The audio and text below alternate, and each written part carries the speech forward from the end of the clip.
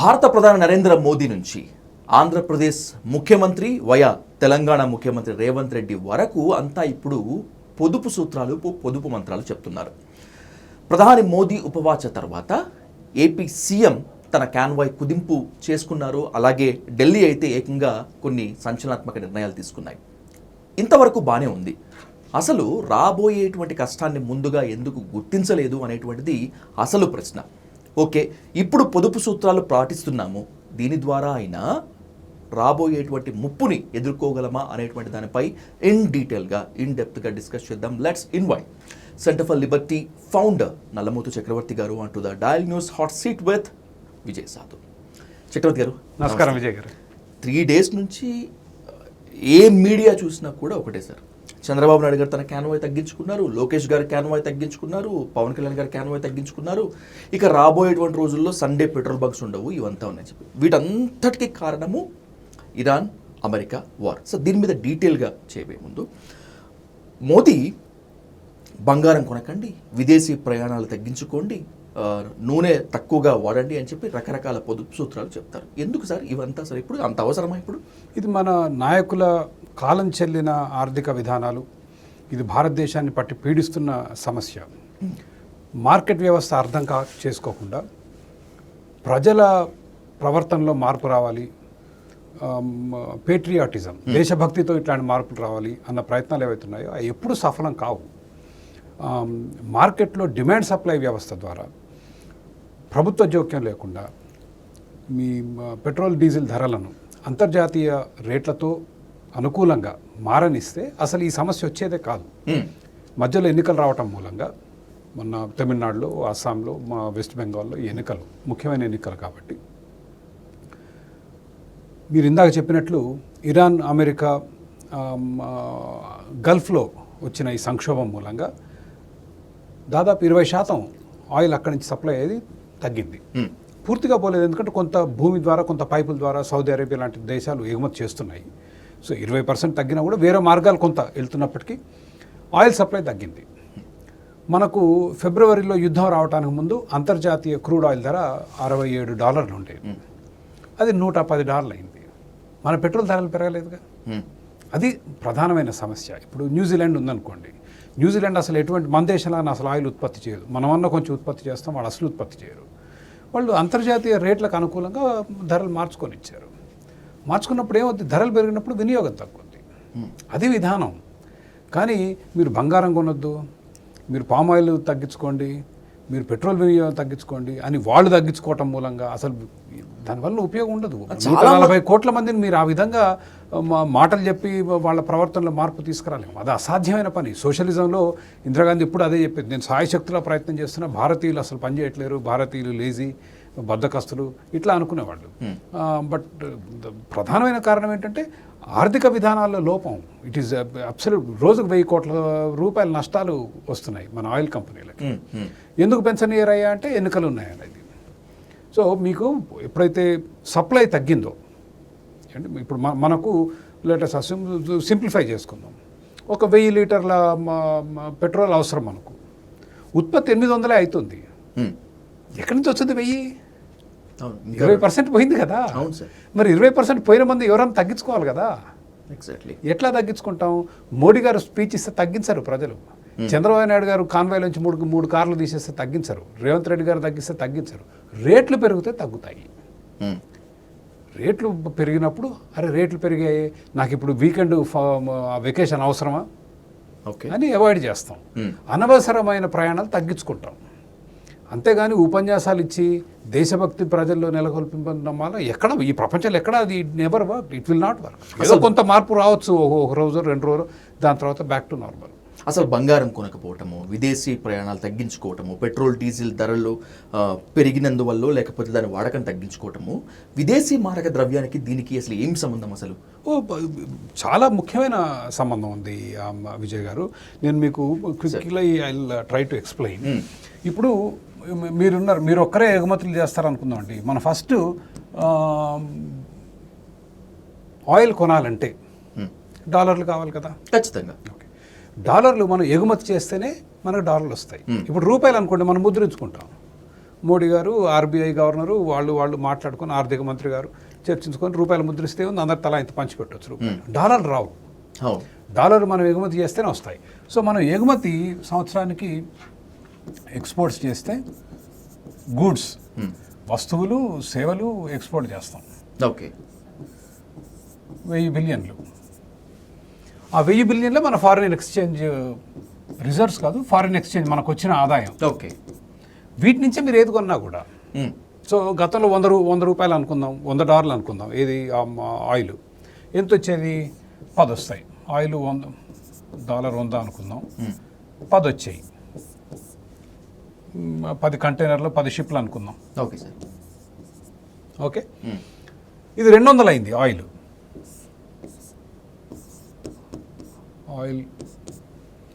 ఈ ఆయిల్ ఇప్పుడు 200 అయింది. ఇప్పుడు ఎంత వచ్చుద్ది? 5 వచ్చుద్ది కదా. 5 అంతే. ధర పెరిగింది. మరి మీరు ఫారిన్ ఎక్స్చేంజ్ 2 కాలేదుగా. కాలేదు. మీ ఫారిన్ ఎక్స్చేంజ్ అంతే 1000 ఉంది. మీరు సడన్లీ మీరు 2 ఎగుమతులు చేస్తారా? ఎట్లా చేస్తారు? చేయలేరు. కాబట్టి మనం వినియోగం తగ్గించుకోవాలి. అది రేట్ల పెంపుదల ద్వారానే సాధ్యం. ఇప్పుడు మీరు దిగుమతి చేసుకోవడానికి కూడా you need lot more foreign exchange. So ఏమవుతాయి? మీ ఫారిన్ ఎక్స్చేంజ్ మొత్తం ఆయిల్కే వెళ్ళిపోతుంది. అట్లా రూపాయి బలహీనపడుద్ది. ఎందుకు? డబ్బంతా మనం ఆయిల్ మీద తగలబెట్టేస్తున్నాం. వేరే దేశాలు ఏం చేశాయి? ధరలు సహజంగా పెరగనిచ్చాయి. సహజంగా అంటే అంతర్జాతీయ మార్కెట్ పెంచినప్పుడు వినియోగం తగ్గుతుంది. వినియోగం తగ్గితే దిగుమతులు తగ్గుతాయి. ఇప్పుడు మనం ఏం చేస్తున్నాం? 2 67 నుంచి 110కి పోయింది ఆయిల్. మన వినియోగంలో మార్పు లేదు, అంతే వాడుతున్నాం. న్యూజిలాండ్ ఎంత వాడుతుంది? 20% తగ్గించుకుంది. న్యూజిలాండ్ ఏం చేసింది? అరే ధరలు పెరిగారా అని రేట్లు పెరగనిస్తే 20% ప్రజలు తగ్గించారు వినియోగం. మీరు మోడీ గారు కాదు, చంద్రబాబు గారు, రేవంత్ గారు వాళ్ళ తల్లో జేజమ్మ దిగొచ్చినా మన దేశంలో 20% తగ్గదు. 20% తగ్గడానికి ఒక మార్గం ఏంటది? రేట్లు పెరగనివ్వటం. సహజంగా ఎప్పుడైతే మీ జోబుకి నొప్పి అవుతుందో అప్పుడే తగ్గుతుంది వినియోగం. ఇక్కడ పేట్రియాటిజం, భారతదేశం, మన దేశభక్తి, మన దేశం కొరకు మన బంగారం వినియోగం తగ్గించాలి, పామ్ ఆయిల్ తగ్గించాలి, పెట్రోల్ తగ్గితే 2 రోజులు తగ్గుద్దేమో, మళ్ళీ అంత back to normal. It doesn't work. Never work. It will never work. గతంలో జరగలేదు, భవిష్యత్తులో జరగదు, ఇప్పుడు జరగదు. It will not happen. The only way. అందుకని మార్కెట్ వ్యవస్థను మనం ఎప్పుడైతే గౌరవిస్తామో మనకు పరిష్కారాలు లభిస్తాయి. దీని మూలంగా ఇంకో అతిపెద్ద నష్టం ఏంటంటే రూపాయి బలహీనపడుతుంది. ఓకే. ఎందుకంటే మనం విపరీతంగా దిగుమతి చేసుకుంటున్నాం, తగ్గించలేదు కదా రేట్లు పెరిగినా. అప్పుడేమవుద్ది? డాలర్లకు అవసరం పెరిగిందిగా. రేట్లు పెరిగితే ఎక్కువ డాలర్లు కావాలి కదా. గతంలో $100 వచ్చేది అనుకోండి ఒక బ్యారెల్, ఇప్పుడు $200 అయింది కదా. ఉదాహరణకు చెప్తున్నాను. అంటే యాక్చువల్లీ 67 నుంచి 110కి వెళ్ళింది. ఒకవేళ ధరలు పెంచితే నిజంగానే భారతీయులు ఆ వినియోగానికి చాలా దూరంగా ఉంటారా? ఫర్ ఎగ్జాంపుల్ సార్, నిన్నటి వరకు 110 రూపాయలు ఉందనుకుందాం పెట్రోల్ లీటరు, ఈరోజు 113 అయింది. అలాగే డీజిల్ పైన కూడా 3 రూపాయలు పెంచారు. పెరిగారు కదా అని చెప్పి వినియోగం తగ్గించుకునేటువంటి ఛాన్స్ ఉంటుందా? ఆ మైండ్ సెట్ ఇంకా ఉందా ఇండియన్స్కి? 100% ఉంటుంది. అసలు మా ఇండియన్స్ కాదు, ఇది ప్రపంచవ్యాప్తంగా ఇది ఆర్థిక సూత్రం. It is inviolable. ఇది ఎక్కడ ఏ దేశంలో ఎక్కడ మార్పు ఉండదు. ఎంత తగ్గుద్ది అనేది కొంచెం హెచ్చు తగ్గులు ఉండొచ్చు, బట్ తగ్గటం 100% తగ్గుతుంది. తగ్గనప్పుడు ఇంకా పెరుగుతూ ఉంటుంది అన్నమాట rate, till the consumption comes down. అయితే దీంట్లో వేరే యాంగిల్స్ కూడా ఉన్నాయి. అంటే $113 పన్నులే సగం కదా. బట్ దట్స్ అది ఇంకో సెపరేట్ చర్చ. పన్నులు ఎంతవరకు సమంజసం, ఇంత పన్నులు వేయటం కరెక్టా కాదా అనేది వేరు. కానీ మీ వినియోగం తగ్గాలి అంటే సహజంగా దాని ధరలను పెరగనిస్తేనే తగ్గుతుంది. ఇప్పుడు ఎందుకండి ₹1,00,000 బైక్ ఉంది, 50,000 బైక్ ఉంది కదా. ₹1,00,000 బైక్ ఎప్పుడైనా సేల్స్ కొంచెం తక్కువే ఉంటాయిగా. అవును సార్. ధర పెరిగినప్పుడల్లా మనం తగ్గిస్తూ ఉంటాం కొనుగోళ్ళు. ఇప్పుడు వంట నూనె తక్కువగా వాడండి, పెట్రోల్ డీజిల్ తక్కువగా వాడండి అని చెప్పి ఇంకొన్ని పొదుపు సూత్రాలు ప్రధాని మోదీ చెప్పారు. ఇంతవరకు బాగానే ఉంది సార్. యుద్ధం కారణంగా ఇలాంటి పరిస్థితులు ఎదురవుతాయి అని మన వాళ్ళు ఊహించలేదా? క్లియర్ కట్గా మాట్లాడుకుంటే ప్రధాని ఊహించలేదా? ఊహించినా కూడా ప్రజలను మభ్యపెట్టేందుకు ఈ పరిస్థితి తీసుకొచ్చారా? 100% ఊహించారు. అందరికీ తెలిసిందే. నేను 2 నెలల క్రితమే దీని మీద వీడియో చేయడం జరిగింది. మా పెట్రోల్ ధరలు, పెట్రోల్ వినియోగం ఎందుకు తగ్గట్లేదు అన్న దాని మీద. ఓకే, నేను మీకు చెప్పిన దాని మీద వీడియో చేశాను, విచ్ వాజ్ వెంట్ వెల్. 100% తెలుసు, కేవలం రాజకీయాల కొరకు నేను అనేది. అందుకనే వ్యాపారాల్లో ప్రభుత్వ జోక్యం ఉండకూడదు. ఉంటే ఇట్లాగే మన కొంపలు కూలుతాయి. పెట్రోల్ అనేది కమాడిటీ అండి. అసలు ఎంత 75-80 సంవత్సరాలుగా పెట్రోల్ వినియోగంలో ఉంది. దానికి అసలు సైన్స్ లేదు, టెక్నాలజీ లేదు. Very simple, anybody can do it. దాంట్లో అసలు ప్రభుత్వ జోక్యం ఎందుకు? ఏ కంపెనీనైనా స్వేచ్ఛగా దిగుమతి చేసుకునివ్వండి, ఏ కంపెనీనైనా ఉత్పత్తి చేయనివ్వండి, శుభ్రం చేసుకొని అమ్ముకోనివ్వండి. అసలు ప్రభుత్వం ఎందుకు దీంట్లో? ప్రభుత్వం ఎందుకు పెట్టుద్దంటే ఇగో ఇట్లా ఎన్నికలకు వాడుకోవటానికి, పెరగకుండా అడ్డుకొని దాని మీద అజమాయిషీ చెలాయించి, దీనివల్ల దేశానికి ఆర్థికంగా అపారమైన నష్టం జరుగుతుంది. అండ్ ప్రభుత్వాలు వ్యాపారం చేయకపోతే ఇట్లాంటి సంక్షోభాలు రావు. 5 months బ్యాక్ అనుకుంటాను సార్, నేను ఒక ఇంటర్నేషనల్ జర్నల్ చదివాను. గోల్డ్ మీద ఇండియన్స్ తమకు ఉన్నటువంటి ప్రేమను గనక తగ్గించుకోకపోతే రాబోయేటువంటి రోజుల్లో ద్రవ్యోల్బణం వస్తుంది, ఖచ్చితంగా ఇండియా గడ్డు పరిస్థితులు ఎదుర్కోవాల్సి వస్తుంది అని చెప్పి విన్నాను. నేను ఇలాగే ఒక అనలిస్ట్ని అడిగితే అసలు అది పిచ్చితనం అని చెప్పినారు. కానీ ఇప్పుడున్నటువంటి పొజిషన్ కనుక చూస్తే ఆ ఇంటర్నేషనల్ జర్నల్లో రాసినటువంటి లైన్స్ నిజమైన కొంతవరకు వాదన చాలా తప్పు. గోల్డ్ మీద ఈ విధంగా డబ్బులు ఖర్చు పెడితే దేశానికి సంక్షోభం వస్తుంది, ద్రవ్యోల్బణం వస్తుంది అనేది అది స్టార్టింగ్ పాయింట్, అది కరెక్ట్ కాదు. ప్రజలు బంగారం ఎందుకు కొంటున్నారో అర్థం చేసుకోవాలి మనం. ఓకే, ఫస్ట్ ఆఫ్ ఆల్ ద్రవ్యోల్బణం, ఇన్ఫ్లేషన్కి ఒకే ఒక ఏకైక కారణం ప్రభుత్వం ముద్రించే డబ్బు.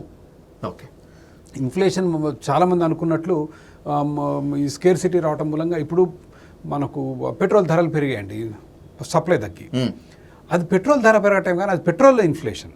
ఓకే, ఇన్ఫ్లేషన్ అంటే మొత్తం వ్యవస్థ, ఎంటైర్ ఆర్థిక వ్యవస్థలో అన్ని వస్తువుల ధరలు కలిపితే ఒకవేళ పెరుగుతున్నాయి అనుకోండి, అది ఇన్ఫ్లేషన్. ద్రవ్యోల్బణం అంటే మొత్తం కలిపినప్పుడు, మొత్తం ఆర్థిక వ్యవస్థలో ఉన్న వస్తువులు, సేవలు అన్నిటి ధరలు కలిపిన తర్వాత పోయిన సంవత్సరానికి ఈ సంవత్సరానికి పెరిగిందా, అది ఇన్ఫ్లేషన్. మీకు పెట్రోల్ ధర ఇప్పుడు టొమాటో ధర ఒక్కోసారి 50 రూపాయలు, 60 రూపాయలు, 80 రూపాయలు కిలోకి వెళ్ళుద్ది. అది ఇన్ఫ్లేషన్ కాదు, ఎందుకంటే మీకు ఉల్లిగడ్డ ధర సగానికి వస్తే ఇది పెరిగింది, అది తగ్గింది. ఇన్ఫ్లేషన్ ఆఫ్సెట్ అయినట్లే కదా. ఒకటి పెరిగి ఒకటి తగ్గితే ఇది 10 పెరిగింది, ఇది 10 తగ్గింది. ఇన్ఫ్లేషన్ ఎంత? సున్నానేగా. పెట్రోల్ ధర పెరిగిందండి, ఇంకేదో ధర తగ్గింది, పామ్ ఆయిల్ ధరను, మన బట్టల ధర, మనం వాడే పాలు, పెరుగు ధర తగ్గింది అనుకోండి, ఇన్ఫ్లేషన్ సున్నా అయిందిగా. So inflation is not caused, inflation is caused by ప్రభుత్వం విచ్చలవిడిగా ముద్రించే డబ్బు. దానికి ఎందుకు ప్రభుత్వం డబ్బు ముద్రిస్తుందంటే డెఫిసిట్ బడ్జెట్. ప్రభుత్వానికి వచ్చే ఆదాయానికన్నా, కేంద్ర ప్రభుత్వానికి వచ్చే ఆదాయానికన్నా ఖర్చులు ఎక్కువ పెట్టారనుకోండి, దాన్ని పూడ్చుకోవటానికి కొంత ఇచ్చేస్తారు. నా మీరు బంగారం విషయానికి వస్తే, భారతదేశంలో ప్రజలు బంగారం ఎందుకు కొంటారంటే అదొక సేవింగ్స్ మార్గం అయింది. ఇప్పుడు అమెరికాలో ప్రజలు డబ్బులకు 10 రూపాయలు ఆదా చేస్తే వాళ్ళు స్టాక్ మార్కెట్లో పెడతారు. ఓకే, భారతదేశంలో ఎవరికి నమ్మకం లేదు వ్యవస్థ మీద. స్టాక్ మార్కెట్లో సరైన రిటర్న్స్ వస్తాయన్న నమ్మకం లేదు. సో ఏదైనా ఆదా చేయాలంటే కొంత భూమి కొనుక్కుంటారు, లేకపోతే బంగారం కొనుక్కుంటారు. వాళ్ళ ప్రవర్తనలో మార్పు రావాలంటే మనం వ్యవస్థ మీద నమ్మకం కలిగించాలి. వాళ్ళ వ్యాపారాల మీద విపరీతమైన పన్నులు, చట్టాలు, రెగ్యులేషన్స్, అవినీతి, బ్యూరోక్రటిక్ ఇంటర్ఫియరెన్స్ చేశారు, వ్యాపారాలు అసాధ్యమైపోయాయి. అయ్యేసరికి ప్రజలకు నమ్మకం లేదు ఈరోజు. సో సేవింగ్స్ ఎక్కడికి వెళ్తున్నాయి?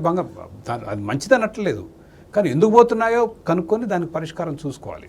ఇప్పుడు మోడీ గారు తీసుకొచ్చిన పరిష్కారం ఏంటంటే 10%, 15% వేశారు డ్యూటీ. దమ్మిడికి పనికిరాదు అది. It never work, it will again never work. ఈ డ్యూటీస్ వల్ల ఎటువంటి లాభం ఉండదు. ఎందుకు 15% అంటే స్మగ్లింగ్ విపరీతంగా జరుగుద్ది. కస్టమ్స్ అధికారులందరూ అవినీతిలో కూరుకుపోతారు. ఇప్పటికీ ఒక బ్రాండ్ ఉంది వాళ్ళ మీద. మనది మొత్తం ఓపెన్ బోర్డర్ కదండి, పాకిస్తాన్, నేపాల్, బంగ్లాదేశ్, ఇటు శ్రీలంక నుంచి కంప్లీట్లీ ఓపెన్. మనం విపరీతంగా స్మగ్లింగ్ చేసుకోవచ్చు బంగారం. Who will stop? మీరు ఎయిర్పోర్ట్లలో పట్టుకున్నంత మాత్రాన ఆగదు. So you will not be able to stop it. ఎప్పుడైతే బంగారం స్మగ్లింగ్ మొదలవుతుందో మీకు ఫారిన్ ఎక్స్చేంజ్ రావటం అంతమంది తగ్గుద్దిగా. As it is, it will only further weaken the rupee and it will not stop. ఇది బంగారం వినియోగం మీకు చూడటానికి మీకు స్టాటిస్టిక్స్లో తగ్గుద్ది. ప్రభుత్వం ఎప్పుడైనా చూడు మేము 15% పెంచాము, ఈ బంగారం దిగుమతులు 30% తగ్గాయి అంటాడు. తగ్గే ఇక్కడ వచ్చేది వెనక నుంచి. So that is the problem with putting these duties. It will encourage illegal, చట్ట వ్యతిరేక కార్యకలాపాలకి దారితీస్తుంది, కానీ అది పరిష్కారం కాదు. రష్యా ఉక్రెయిన్ మధ్య వార్ స్టార్ట్ అయ్యి 2 ఏళ్లకు పైగా అవుతుంది చక్రవర్తి గారు. అలాగే ఇరాన్ అమెరికా వార్ కూడా దాదాపు 90 days పైగా అయిపోతుంది. ఖచ్చితంగా ఇలాంటి పరిస్థితి వస్తుంది అని చెప్పి భారతదేశ పెద్దలకు పాలకులకు తెలుసు. అయినా కూడా ప్రజలను వాన్ చేయలేదు, ఇప్పుడు చెప్తున్న పొదుపు సూత్రాలు అప్పుడు డేంజర్ బిల్స్ మోగించలేదు అంటే మనల్ని బలి చేయటం అనుకోవాలా కామన్ మ్యాన్స్ని, సాధారణ పౌరులని? అదే అండి. సో విజయసాద్ గారు, నేను చెప్పేది ఏంటంటే వ్యాపారాలు రాజకీయాలు రెండు ఎప్పుడైతే కలుస్తాయో వాటిని ప్రభుత్వాలు రాజకీయ లాభం కొరకు ఉపయోగిస్తాయి. సో అసలు యుక్రెయిన్ రష్యా వార్ చాలా కాలంగా ఉంది, దానివల్ల మనకు పెద్ద ఇబ్బందులు రాలేదు. మనకు ప్రధానంగా వచ్చింది ఏంటంటే మనకు భారతదేశానికి వచ్చే ఆయిల్ ఎక్కువగా హర్మూజ్ స్ట్రైట్ నుంచి వస్తుంది కాబట్టి అది మనకు బాగా దగ్గర ఉన్న గల్ఫ్కి భారతదేశానికి చాలా సమీపం కాబట్టి ట్రాన్స్పోర్టేషన్ కాస్ట్ తగ్గుతాయి కాబట్టి మనకి అక్కడి నుంచి ఎక్కువగా వస్తుంది. ఈ 3 నెలల్లో ఆయిల్ సంక్షోభం వస్తుందనేది అనేది జగమెరిగిన సత్యం. మనం ఒకటే కాదు, ప్రపంచంలో అందరికీ తెలిసిన విషయం. ఎన్నికల కోసం ఆపారు, అండ్ ఆపటం మూలంగా మనకేం గొప్ప మంచి జరగలేదు. రోజుకు 1000 కోట్ల రూపాయల నష్టం అంటే మీకు 3 నెలలు లెక్కేసుకోండి అంతే. మళ్ళీ రేపు మళ్ళీ మనం కట్టాల్సిందే కదా, 90,000 కోట్లు పన్నుల రూపంలో మనం కట్టాల్సిందే కదా. 90,000 కోట్లు, 1,00,000 కోట్లు. అదే 1,00,000 కోట్లు ఆర్బీఐ తగలబెట్టేసింది కదా రూపాయిని నిలబెట్టడానికి. దే స్పెంట్ $10 బిలియన్ అండి. ఎగ్జాక్ట్లీ. ఏది రూపాయి బలహీన పడుతుంటే ఒక $10 బిలియన్ మార్కెట్లో డంప్ చేశారు. ఏది రూపాయిని బలపరచడానికి. 10 బిలియన్స్ అంటే 1,00,000 కోట్లేగా. అంతే. ఇక్కడ పోయింది 1,00,000. సో మొత్తం దూల తీరిపోయింది. మనకేం రాలేదు ఫ్రీగా. ఇప్పుడు ఆర్బీఐ దగ్గర ఉన్న ఫారిన్ ఎక్స్చేంజ్ రిజర్వ్స్ మన డబ్బులే కదా, ఇప్పుడు ఇక్కడ వస్తాయి కదా. మనకు నేను చెప్పాను, ఎక్స్పోర్ట్ చేస్తే సంవత్సరానికి మనం $1,000 బిలియన్ ఎక్స్పోర్ట్ చేస్తాం కదా. దీంట్లోంచి ఒక ముక్క తీసుకుంటుంది ఆర్బీఐ. ఒక ముక్క తీసుకొని ఇక్కడ కూడబెట్టుకుంటారు. So they have $700 billion forex reserves. ఇది రిజర్వ్స్.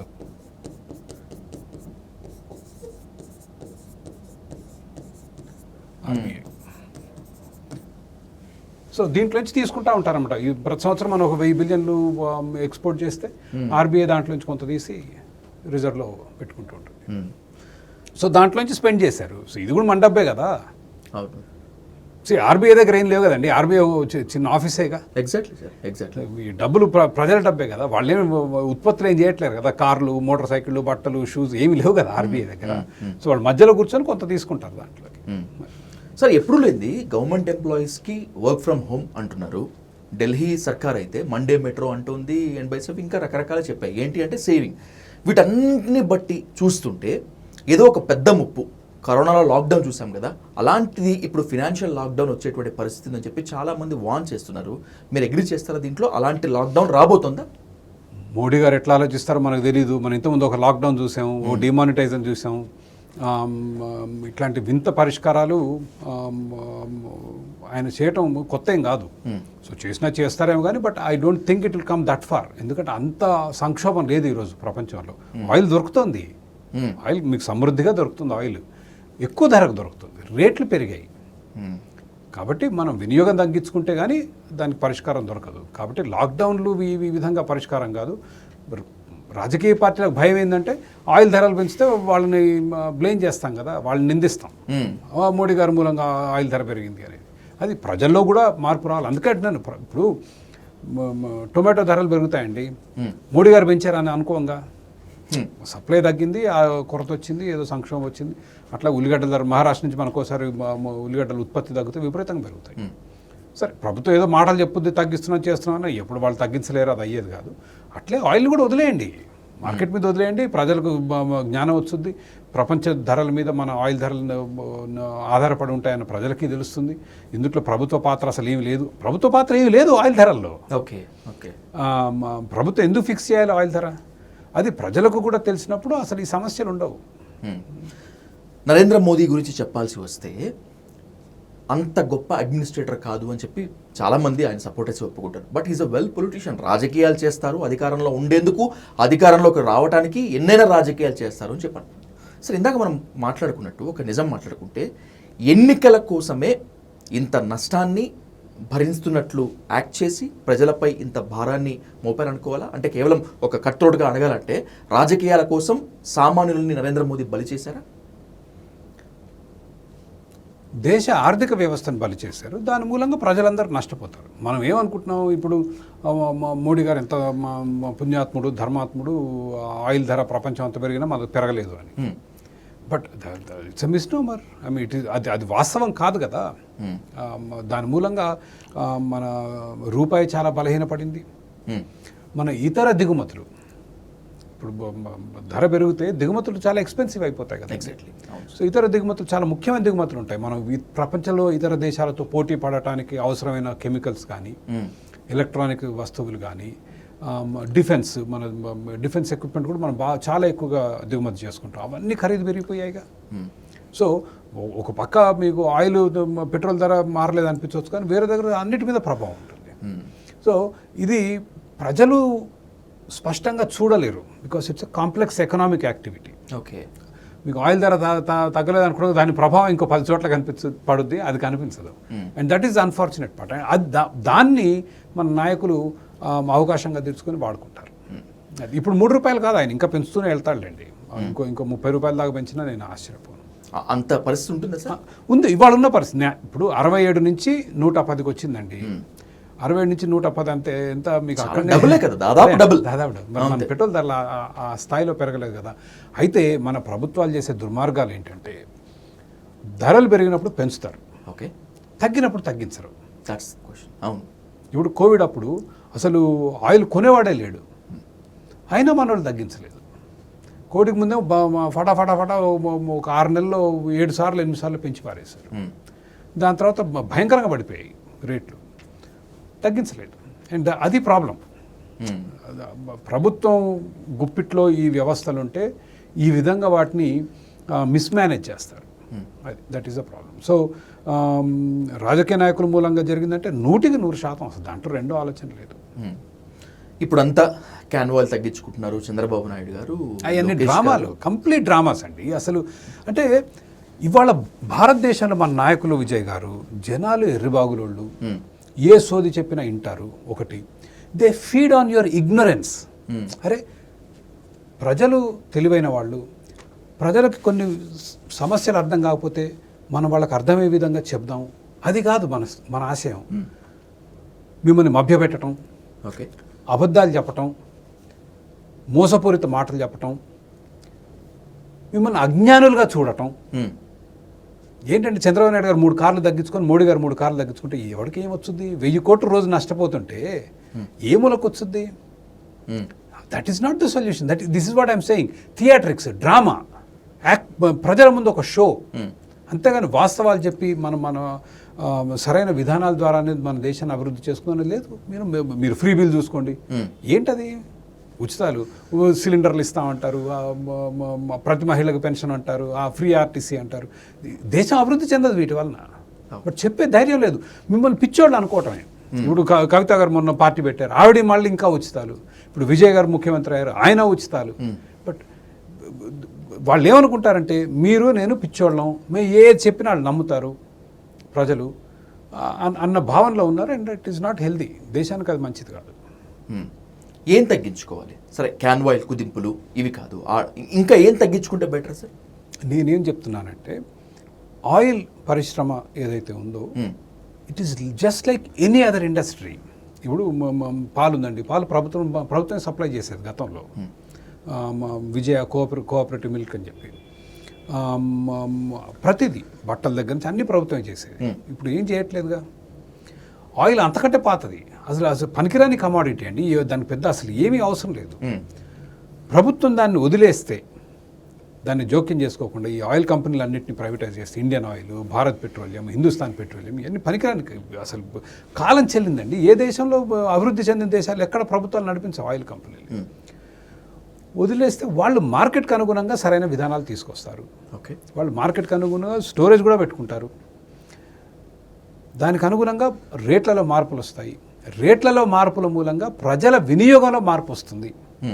అది ఇవాళ ఆర్థికంగా దేశం బాగుపడటానికి అవసరమైన విధానం. అంతేగాని నా ముందు ఒక 20 బుగ్గ కార్లు ఉండే, 20 బుగ్గ కార్లను 20 నుంచి 10 చేశాను నేను మహాత్మా గాంధీని. ఏమండి, అది కాదు ఇవాళ మన ప్రజలకు కానీ మన దేశానికి కావాల్సింది. నిజాలు చెప్పే నాయకుడు కావాలి. మన దేశాన్ని అభివృద్ధి చెందే విధానాలు తీసుకురావాలి. మార్కెట్ వ్యవస్థను నమ్మిన రోజే మనం అభివృద్ధి చెందుతాం. ఎవ్రీ కంట్రీ అండి, అమెరికా కూడా ఈరోజు ఫ్రీగా they letting the prices change మార్కెట్కి అనుగుణంగా. దీంట్లో అసలు ప్రభుత్వ జోక్యం అవసరం లేదు సార్.